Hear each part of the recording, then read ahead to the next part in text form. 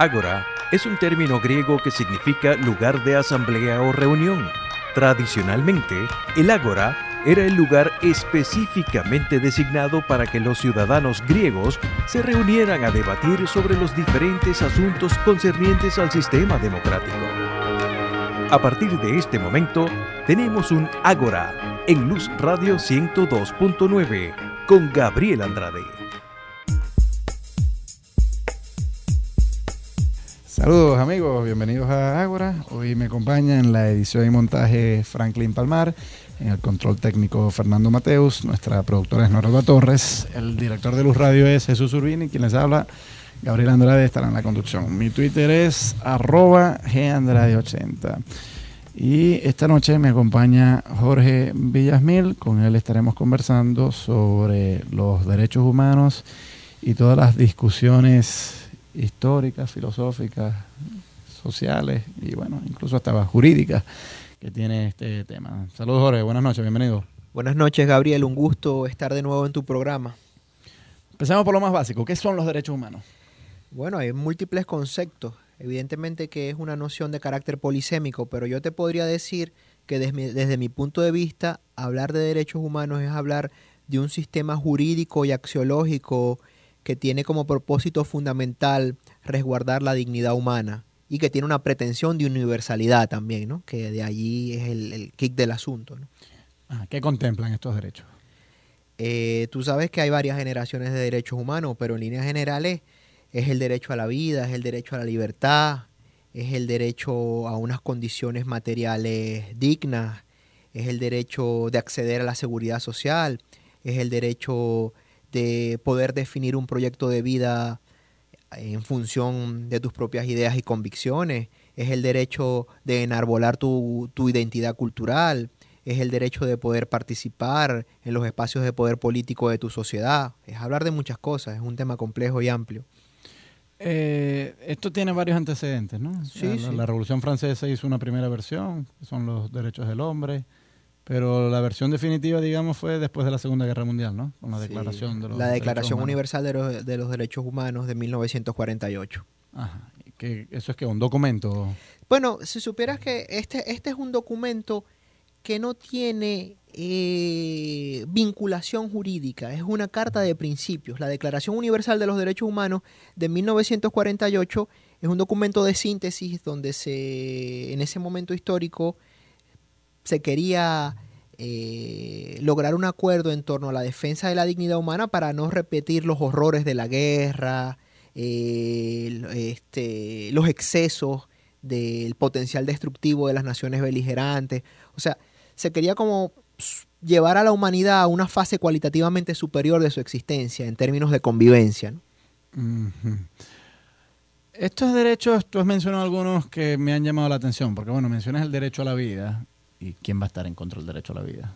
Pero luego mencionaste algo así como derechos de seguridad social o derechos a tener algunas otras cosas que yo diría que un liberal a ultranza postulará que esos derechos muchas veces violan derechos más elementales. Porque pensemos, por ejemplo, el derecho a la vivienda, que yo no sé si es considerado un derecho humano. Pero bueno, alguien podrá decir, bueno, pero derecho a una vivienda digna, etcétera. Bueno, lo que yo veo que mucha gente a veces no cae en cuenta es que para poder garantizar ese derecho a la vivienda, hay que recoger dinero para poder construir esas viviendas que se le va a dar a la gente. Pero para poder recoger dinero de esas viviendas hay que cobrar impuestos. Y al cobrar impuestos, ahí yo estoy despojando de propiedad a alguien. Entonces el derecho a la propiedad se ve ya relativizado si aumentamos el derecho a la vivienda, por poner un ejemplo. ¿Cómo se maneja ese balance? Lo que pasa es que los derechos humanos, en ese mismo contexto donde surgen, que es el contexto de la posguerra, vienen acompañados a su vez de un modelo de Estado, que es el estado de bienestar. Uh-huh. Y el estado de bienestar parte de una premisa básica, que es que la igualdad formal ante la ley no se puede transformar en una realidad concreta sin unas condiciones básicas, materiales para la existencia de las personas, ¿no? Porque, ok, tú y yo vamos a partir del supuesto que tenemos igualdad formal ante la ley y cometemos un delito. Uh-huh. Un delito tipificado por la ley, pues. bueno, resulta ser que tú tienes dinero para financiar un buen abogado y yo no. Entonces, esa igualdad formal necesita unas condiciones básicas para transformarse en una realidad efectiva. Y de allí el estado de bienestar entonces busca de alguna manera proporcionarle a su ciudadanía unos servicios básicos que precisamente garanticen eso que te estoy diciendo. Es un estado que en última instancia lo que busca es minimizar las asimetrías sociales. Bueno, pero tú, te pregunto, ¿captas lo que yo quiero decir? Sí. Que para garantizar ese estado de bienestar hay que ir en detrimento del derecho de propiedad de mucha gente. Porque para poder yo pagar la seguridad social, la educación y todo eso, gratis no es. Alguien lo tiene que pagar. O sea, cuando en Cuba dicen, no, que la educación y la salud es gratis. Falso. Es falso, no es gratis. Puede ser que el que disfruta esa educación no la pague directamente, pero si hay una recolección de impuestos generalizada que va a dar a esos colegios. No es que llueve del cielo el dinero para financiar esos colegios. Entonces, hasta cierto punto sí es una relativización de unos derechos que son aparentemente más fundamentales. Bueno, lo que pasa es que esa misma crítica que tú le estás haciendo a este argumento es una crítica incluso que se le puede hacer hasta al Estado como forma de organización política. Sí, claro. Porque Rousseau decía en el contrato social que precisamente para que el Estado se transformara en una organización efectiva, la gente tenía que ceder cuotas de su libertad. De hecho, la libertad que nosotros tenemos como ciudadanos es una libertad negativa, porque nosotros podemos hacer lo que no contravenga a la ley. Uh-huh. Entonces, por supuesto, alguien está cediendo, es un juego de suma cero. Lo que tú tienes, alguien lo está perdiendo, ¿no? Correcto. En líneas generales, lo que tendría que hacer el Estado es una política de compensación. Es decir, aquellos sectores que se ven desfavorecidos porque otros sectores gocen y disfruten de ciertos derechos humanos, entonces tendría que compensarlo el Estado. Eso está planteado desde el punto de vista de la teoría de las políticas públicas. Sí, pero ¿quién es el que le va a poner el valor? Porque a mí me llega y me expropian una casa y el Estado dice, sí, tranquilo, yo te voy a compensar, pero lo que me vas a dar a mí como expropiado no es lo que yo realmente considero que vale mi casa. Y vamos a estar claros que el individuo frente al Estado no va a tener la capacidad, en algunos países sí, pero la mayor parte de las veces el individuo frente al Estado no va a tener la capacidad de ir a un litigio y decir el Estado en realidad me debe tanto. No, al final es la voluntad del Estado la que se va a imponer. Sí, en todo caso, los derechos económicos y sociales, que son los derechos que estamos debatiendo, los teóricos los definen como derechos de promoción, ¿no? Porque a la final un Estado, por una lógica material más básica, no te puede dar lo que no tiene o lo que no está en capacidad de dar. Y yo te aseguro, por ejemplo, que a ti tú te enfermas o se te enferma un material y lamentándolo mucho no tienes acceso al medicamento porque es nuestra realidad actual. Entonces, tú vas a demandar al Estado entonces porque está vulnerando tu derecho a la salud. Yo estoy seguro que esa demanda no va a prosperar. Exacto, pero además que todos estos derechos sociales que tú dices, yo creo que es que no están bien definidos. Porque, por ejemplo, el derecho al trabajo, pero ¿eso qué implica? Que yo te tenga que contratar a ti en mi casa para hacer una labor que a lo mejor yo creo que tú no estás preparado para hacer. O el derecho a la vivienda, o sea, ¿qué es exactamente eso? El Estado te tiene que garantizar una vivienda, de acuerdo, pero ¿en qué condiciones? Yo lo que creo es que, en principio, ¿no? Discutiendo este tipo de cosas que yo también me las he planteado, yo creo que el gozo y disfrute de los derechos humanos, por lo menos en términos económicos y sociales, empieza por el salario, ¿no? Porque, yo, si parto de una concepción liberal del Estado, yo no te tengo que proporcionar a ti la vivienda. Yo, en última instancia, lo que podría hacer como el Estado, siendo gobierno, es proporcionarte a ti las condiciones de posibilidad para que tú, a través de tu esfuerzo y de tu trabajo, accedas a una vivienda. Pero ¿cuál es nuestra situación? Tú eres un doctor, yo también, profesores universitarios asociados a dedicación exclusiva. ¿Cuánto ganamos nosotros mensual? ¿Tenemos la posibilidad real de tener una vivienda? No. Entonces, ni de uno, ni de la otra perspectiva, entonces tenemos un disfrute efectivo de nuestros derechos humanos. Vamos a ir a escuchar un tema musical y al regreso seguimos en esta conversación sobre los derechos humanos. Quisiera plantearte qué tan universales son, porque ha habido gente que ha dicho esto no debería ser universal. @GAndrade80 es mi Twitter y converso con Jorge Villasmil. Escuchemos de David Bisbal, Soldado de Papel.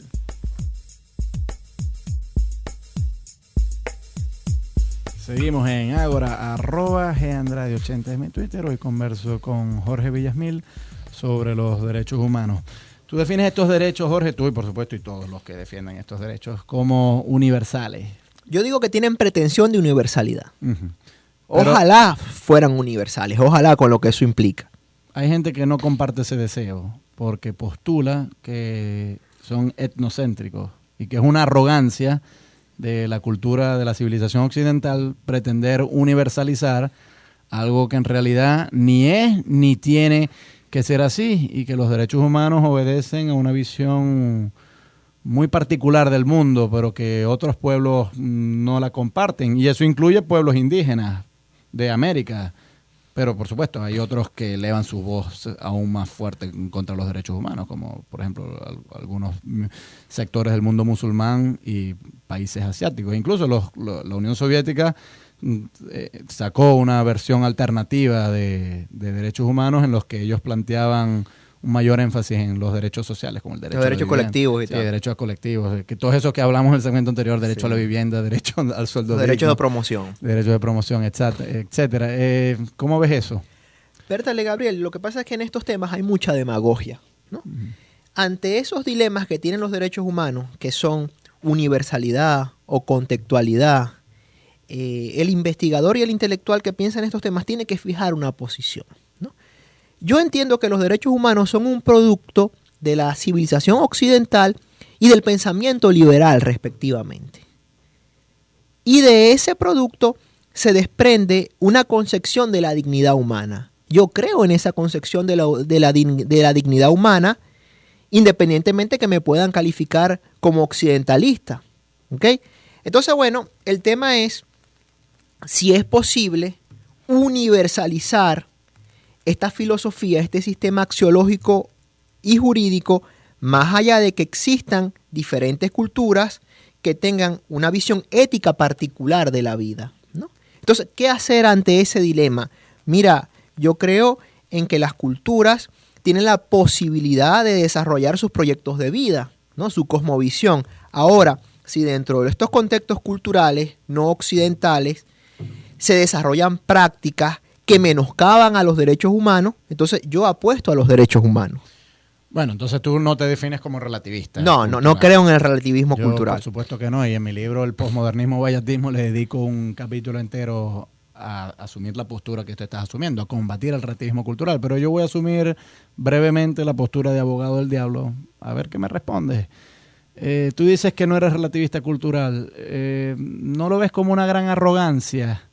Porque ¿quién eres tú para decir qué es lo universal y qué no? No, yo entiendo que mi punto de vista es tan legítimo y válido como los otros puntos de vista que se plantean en este debate. Por eso te dije, yo asumo una posición independientemente de la carga subjetiva que pueda tener. Por ejemplo, los que creen en el relativismo cultural o en una versión más moderada del relativismo cultural, que es el multiculturalismo, parten del supuesto que este diálogo que se da entre Occidente y otras sociedades es un diálogo desigual. Bueno, porque los niveles de desarrollo políticos, económicos, tecnológicos y militar que ha desarrollado Occidente, entonces le dan una posición hegemónica en el debate que termina por imponer sus puntos de vista a otras culturas, cosa que podría desembocar incluso en neocolonialismo o en el imperialismo. Exactamente. Pues. Es una discusión válida. Yo lo que sí pienso es que hay una postura intermedia, ¿no?, que se podría desarrollar, ¿no? En este diálogo intercultural se podría lograr lo que algunos filósofos latinoamericanos definen como el interlogos, ¿no? Que es que tratar de adaptar esta concepción de la dignidad humana, es decir, como que tu vida es algo valioso, que tu vida es algo que está incluso más allá de los determinismos culturales, se podría promocionar en otras culturas y que estas culturas la vayan adaptando a sus necesidades paulatinamente, pues. Sí, pero hay cosas que no son conciliables. Sí, seguro. Y claro, aquí la gran dificultad es si llega el momento de decidir hacia dónde vamos a inclinar la balanza. Los indigenistas hacen mucha demagogia con las culturas indígenas, ¿no? Y las presentan como muy ecologistas. Las idealizan. El buen salvaje. En exceso, que exacto. Lo presentan como buenos salvajes que tienen una gran armonía con la naturaleza, que tienen una gran conciencia ecológica. Y eso es un mito, porque no es así.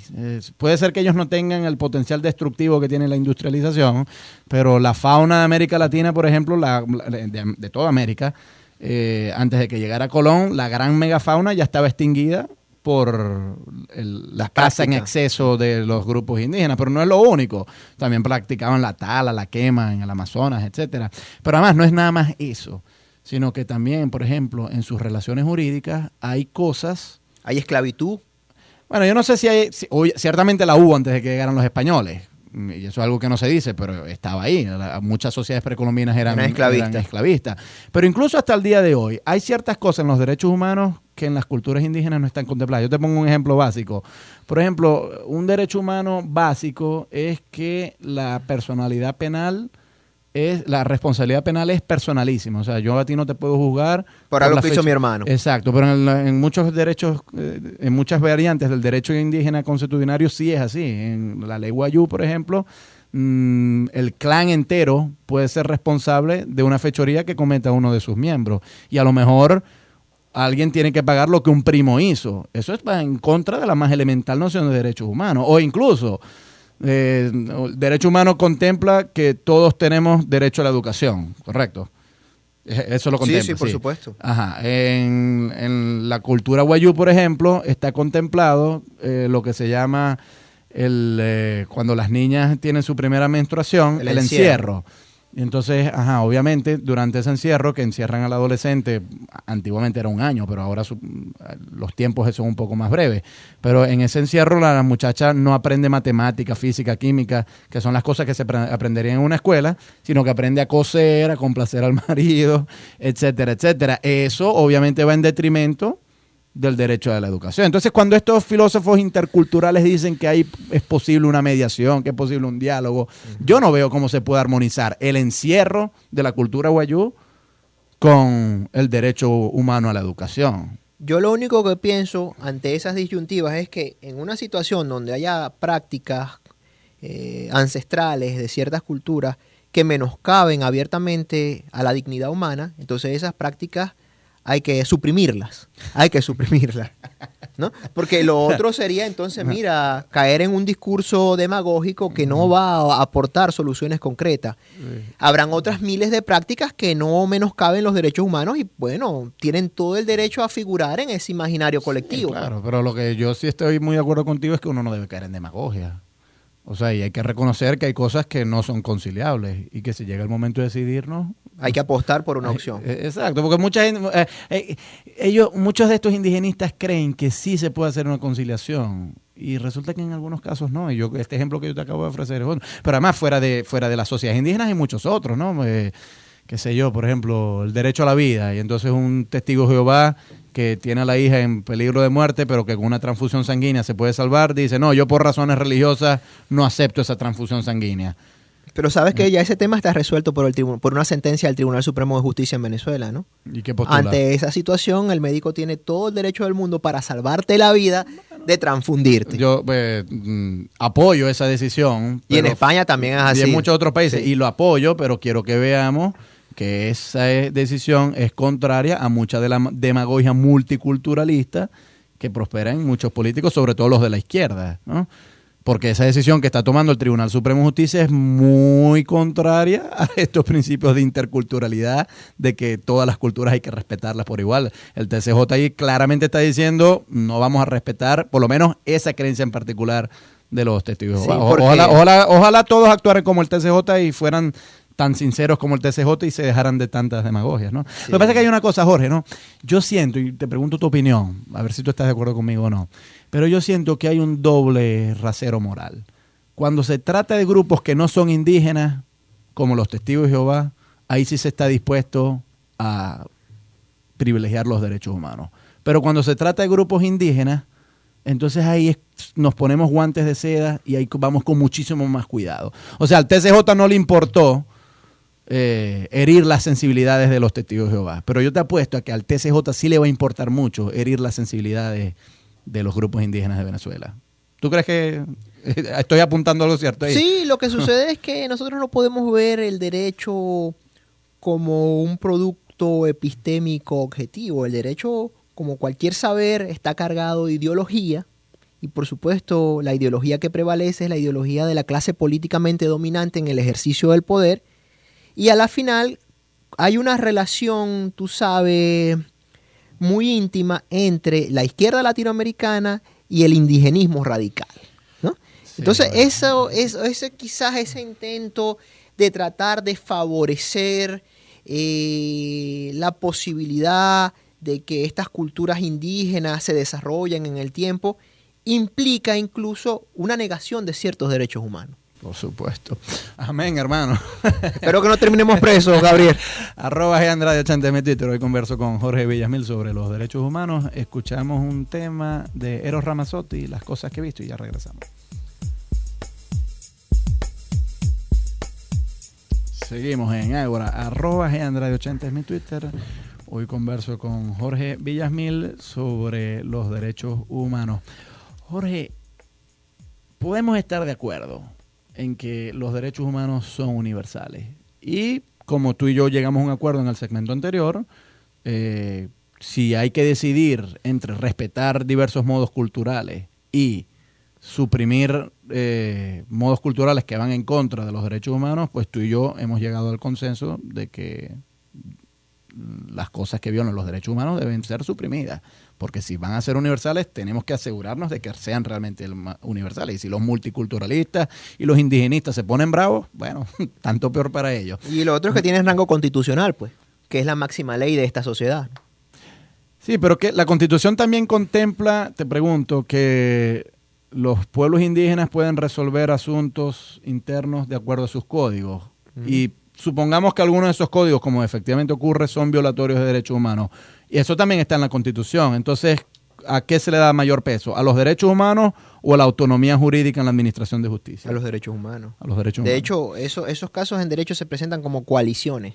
La mayoría de las coaliciones son incluso al interno de los derechos humanos, entre libertades civiles y políticas y derechos culturales, por ejemplo. O sea que si un grupo indígena en Venezuela quiere resolver sus disputas internamente, pero en uno de esos procedimientos hay algo que califique como violatorio de los derechos humanos, bajo rango constitucional, esa práctica indígena no estaría permitida. Sí, no es válida, ni es legítima. Bueno, a decir verdad, incluso... los artículos que hablan eso siempre dicen, siempre y cuando no violen los otros principios de esta Constitución. Sí, claro. Es una cláusula muy importante, sí. que muchas veces se pierde de vista. Te lo menciono, por ejemplo, por el caso del cacique Sabino Romero, que es un caso muy delicado aquí en el Zulia. En el caso de él, se quiso aplicar procedimientos, la gente que lo defendía a él, pretendían que se aplicaran procedimientos propios de las leyes Yucpa. Pero claro, y ellos invocaban la Constitución, pero claro, lo que a mi juicio dejaban a veces de lado es la cláusula esta que te estoy diciendo, que es que esos procedimientos se pueden aplicar siempre y cuando no violen otros derechos establecidos por la ley. Exactamente, o otros principios esbozados en esta Pero Constitución. en ese caso hubo una decisión salomónica, que es que al cacique se le practicaron 2 juicios. Uno, digamos, en los términos y formalidades del juicio occidental, y un juicio en el cual quedó exonerado. Sí, y un juicio en su comunidad que de hecho creo que sí lo sentenciaron a partir de los criterios y de las pautas de sus derechos constitucionarios y tal. Claro. Sí. Ahora, con esta cosa de los derechos humanos hay un tema que genera mucho malestar en los críticos de los derechos humanos, porque dicen, esto fácilmente, como tú has reconocido en segmentos anteriores, se puede utilizar como arma del neocolonialismo. Porque ¿quién es el encargado de asegurarse de que los derechos humanos se cumplan en el mundo entero? Hay violaciones de derechos humanos en todas partes, pero muy selectivamente se escogen los países para castigar a quienes no cumplan esos derechos. Entonces, muchos críticos de todo el discurso de los derechos humanos dicen que esto se usa como excusa barata para invadir y para apoderarse de otros países. Cada vez que Estados Unidos, pues, en la visión de esta gente, necesita petróleo, pues entonces dirige su mirada hacia un país donde se están violando aparentemente derechos humanos, y puede ser que sí se estén violando, y entonces acude, quita al gobierno que está violando esos derechos, pone un títere de ellos y bueno, con eso empieza a sacar petróleo. Y no es que no se violen los derechos humanos, porque sí se violan, pero digamos que es muy selectiva la forma en que se acuden internacionalmente a asegurarse de que se cumplan derechos humanos. Y la gran queja del gobierno actual es que, por ejemplo, la Corte Interamericana de Derechos Humanos o Human Rights Watch en realidad son instrumentos del imperio norteamericano para moralizar a los demás con este discurso de los derechos humanos y ejercer una influencia neocolonial, que en realidad la sinceridad de estas instituciones está muy en duda. ¿Tú cómo ves eso? Lo que pasa es que eso que tú estás argumentando es precisamente la crítica que la izquierda le hace a los derechos humanos, o por lo menos la izquierda que está en el ejercicio del poder, porque la izquierda que está en situación de oposición, entonces en la mayoría de los casos, siempre enarbola la bandera de defensa de los derechos humanos. Lo que pasa es que Pero tú estás de acuerdo que en muchos países del mundo se violan derechos humanos y si son aliados de Estados Unidos, ahí pocas veces se acude. Y siempre se compara Venezuela con Colombia. Puede ser que en Venezuela se estén violando derechos humanos, no lo vamos a negar. Pero en Colombia la situación es peor, porque hay los falsos positivos y el número de desaparecidos es muchísimo más grande que el de acá. Y con todo, Estados Unidos y la Corte Interamericana y Human Rights Watch no hace tanto escándalo con las atrocidades de Colombia que con lo que puede ocurrir en Venezuela. Sí, seguramente sea así. Lo que sucede es que, mira, cuando tú te pones en un debate cotidiano, por ejemplo, con los amigos del chavismo, y tú comienzas a visualizar los crímenes de lesa humanidad que se pueden estar cometiendo en Venezuela, por ejemplo, que se pueden estar cometiendo en Venezuela. Ellos te dicen, bueno, lo que sucede es que en Estados Unidos es peor, porque Estados Unidos... Sí, Guantánamo, por ejemplo, ¿no? El caso horrible de Guantánamo. Sí. Pero es que en todo caso, eso no invalida lo que está sucediendo aquí, ¿no? ¿Qué es lo que sucede que sí podemos criticar? Bueno, esa hipocresía internacional que visibiliza unos casos y niega o invisibiliza a otros, ¿no? Pero yo pienso que la solución a ese dilema tiene que ver con las mismas sociedades, ¿sabes? Yo creo que nosotros tenemos que llegar a un nivel de conciencia política, de conciencia histórica como ciudadanos, que la defensa de los derechos humanos se transforme en una actividad individual y colectiva, ¿no? Incluso hay que trascender a esa necesidad de que sean las élites políticas en el ejercicio del poder que se encarguen de defendernos, ¿no? Yo creo que nosotros podemos ser activistas y multiplicadores de los derechos humanos en nuestros propios espacios y contextos. Claro, vamos a ir a escuchar un tema musical y al regreso seguimos en esta conversación sobre los derechos humanos con Jorge Villasmil. Mi Twitter es @geandrade80.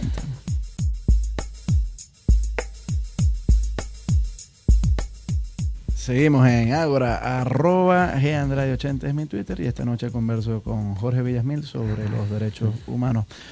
Jorge, estamos de acuerdo en que hay derechos humanos, sí, y que son de alcance universal.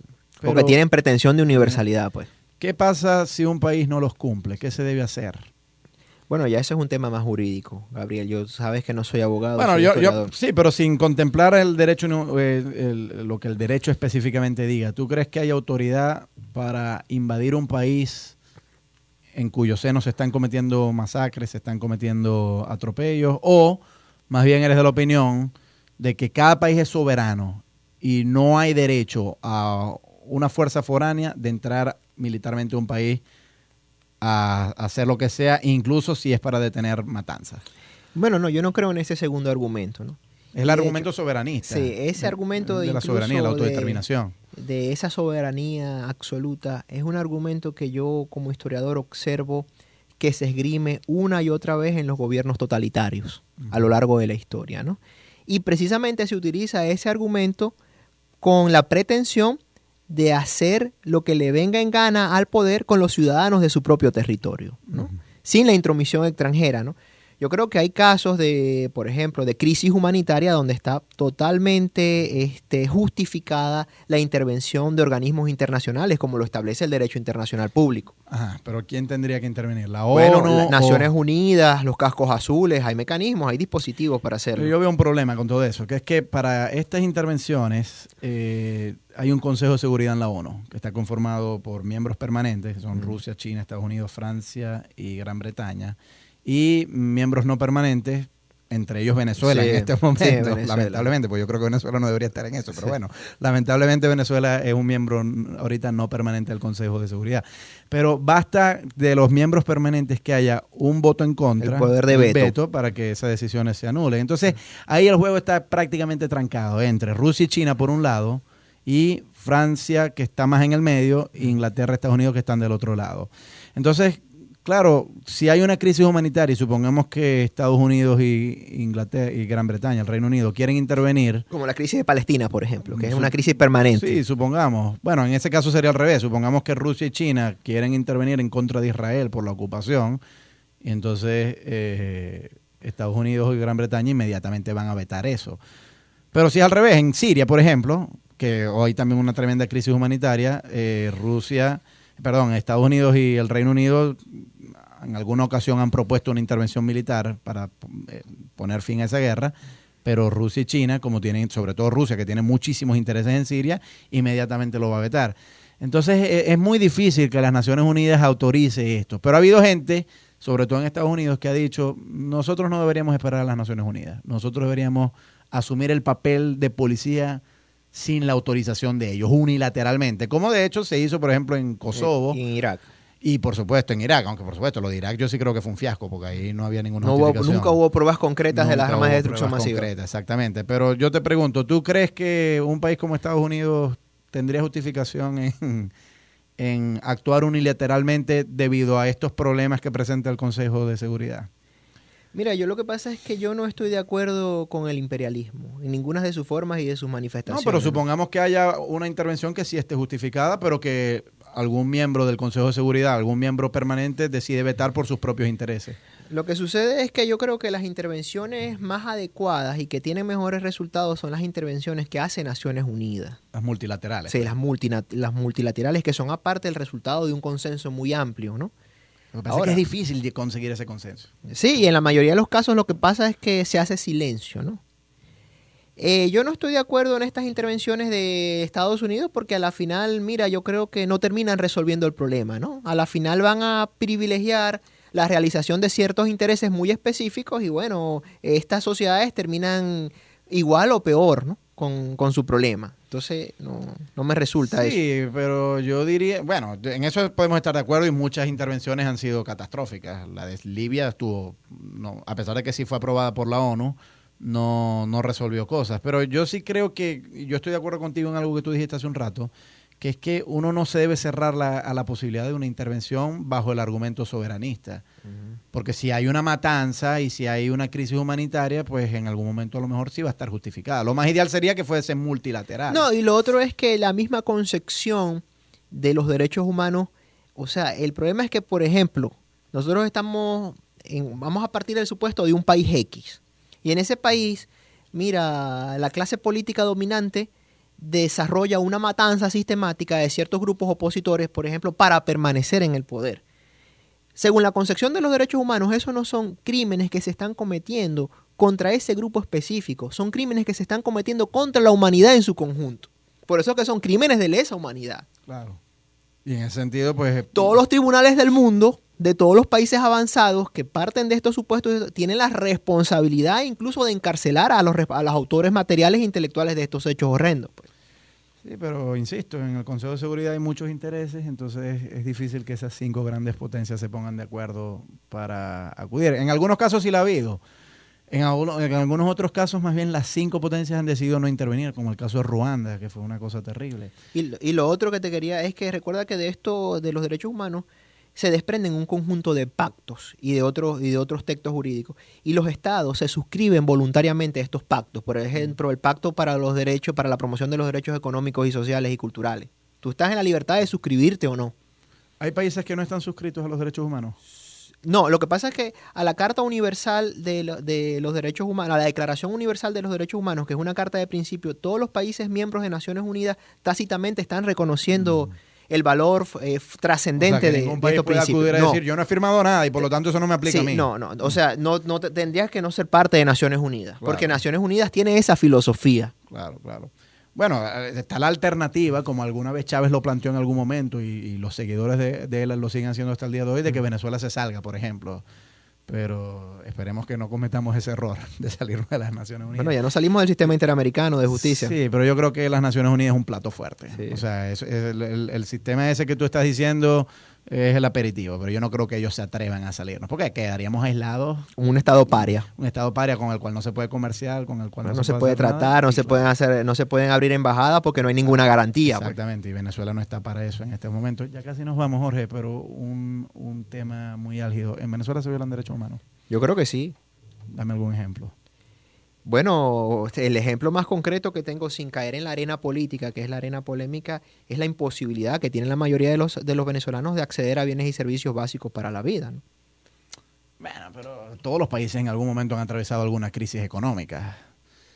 sea, yo creo que si vamos a acusar al gobierno de derechos humanos hay que acusarlo con cosas más concretas. Sí, que la situación está difícil, que no conseguimos papel toalé. No, pero yo no te estoy hablando del papel toalé. ¿Qué pasa que, por ejemplo, si eres diabético y no consigues la insulina? O sea, estás condenado a la muerte. Sí, pero no es tan banal pero tampoco, es que aquí ¿no? volvemos a lo que yo había dicho al principio, que yo creo que a mi juicio deberíamos, puede ser, eso que tú dices, pero yo creo que habría que entender derechos humanos en un sentido más elemental. Porque bueno, que tú no consigues insulina sí es grave, pero yo no sé si es una política deliberada del gobierno, yo creo que es más ineficiencia. Pero a lo que voy es si tú crees que sí hay políticas deliberadas del gobierno de violación. Ajá, Otra, la persecución de los empleados públicos opositores. Pues. Esa es una política abierta, sistemática y deliberada. De hecho, se construyó hasta una lista al mejor estilo de los fascistas, ¿no? La famosa lista de Tascón, no sé si la recuerdas. Sí, por supuesto. Y esa famosa lista es lo que yo creo que va a ser muy difícil que nosotros logremos un referéndum este 2016. ¿Qué hay que hacer frente a estas violaciones de derechos humanos? ¿Qué alternativa tenemos? Bueno, como sociedad organizada, tener conciencia de la situación y mira, procesar los cargos que tú creas, las situaciones, documentarlas. Incluso Amnistía Internacional tiene una aplicación, ¿oíste?, para los teléfonos, donde te muestran de manera muy sencilla cómo documentar una situación que tú consideras implica una violación de derechos humanos, ¿no? Mira, en la situación en la que nosotros estamos, en las alturas de la vida del siglo XXI, donde hay internet, cualquiera puede sacar fotografías, puede documentar pruebas específicas que así lo demuestren y compartirlos con el mundo. La denuncia yo creo que es el primer paso, ¿no? Yo estoy de acuerdo con eso, pero yo me desencanto un poco porque con la guarimba hubo muchísimas denuncias de abusos de la guardia frente a protestantes pacíficos y eso no sirvió de nada. Pero son delitos que no prescriben. O sea, en algún momento, cuando estén las condiciones favorables, entonces sí los responsables de estas y otras muchas situaciones, como sucedió con los responsables del Caracazo, pues. De hecho, el gobierno actual, X cantidad de años después, está indemnizando en una política que yo aplaudo a las víctimas del Caracazo, pues. Bueno, llevamos 17 años esperando que llegue esa justicia. A lo mejor tenemos que esperar 17 más.